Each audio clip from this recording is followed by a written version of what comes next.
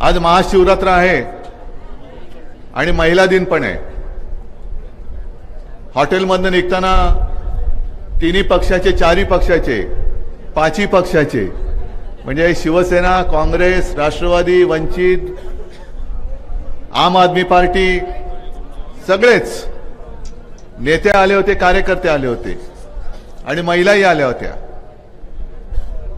दोन शब्द बोलावे लागतातच. मी बोलताना म्हटलं की महिला दिनाच्या शुभेच्छा आम्ही खरं कोणत्या तोंडाने द्यायच्या, कारण मणिपूरमध्ये जे काय घडलंय ते आता बोलूही शकत नाही.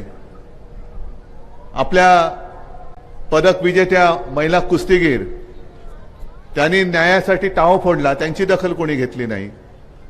अनेक ठिकाणी आजही महिलांवरती अत्याचार होत आहेत आणि आम्ही तुम्हाला कोरड्या आपल्या शब्दात शुभेच्छा द्यायच्या. महिला दिनाच्या शुभेच्छा म्हणजे काय दिलं नेमकं मी?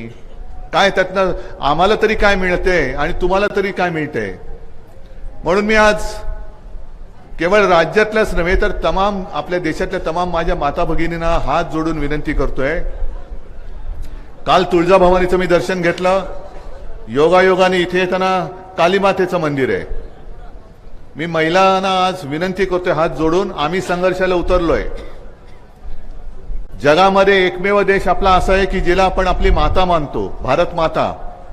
महिला दिनाच्या शुभेच्छा जर द्यायच्या असतील तर भारत मातेला दिल्या पाहिजेत आणि त्या शुभेच्छा देताना आपण सगळ्यांनी आणि विशेष करून महिला माता भगिनींनी आता तुम्ही नुसत्या शुभेच्छा घेऊ नका. तुम्ही आता महिषासूर मर्दिनीचं रूप धारण करा, तुम्ही काली मातेचं रूप धारण करा आणि जो हुकुमशाह, जी हुकुमशाही माझ्या भारत मातेला गिळायला निघाले त्या हुकुमशाह सुराचा, नवीन महिषासूर असतो तसा हुकुमशाह सूर, त्याला खतम करा.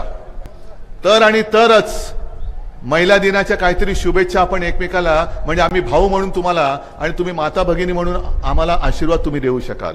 नाहीतर काय उपयोग आहे त्याचा? लोकशाही मराठी ऐका, पहा, जागरूक रहा.